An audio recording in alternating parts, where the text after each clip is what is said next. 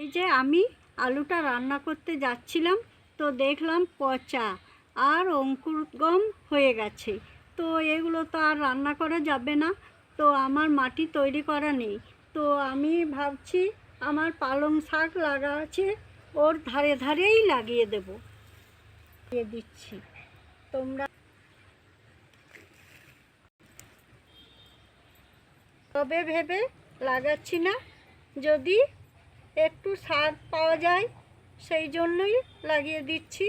আলু শাক দারুণ পুষ্টিকর, পুষ্টিগুণে খুবই ভালো লাগে, তো আমার খুবই পছন্দ, তাই আমি লাগিয়ে দিচ্ছি।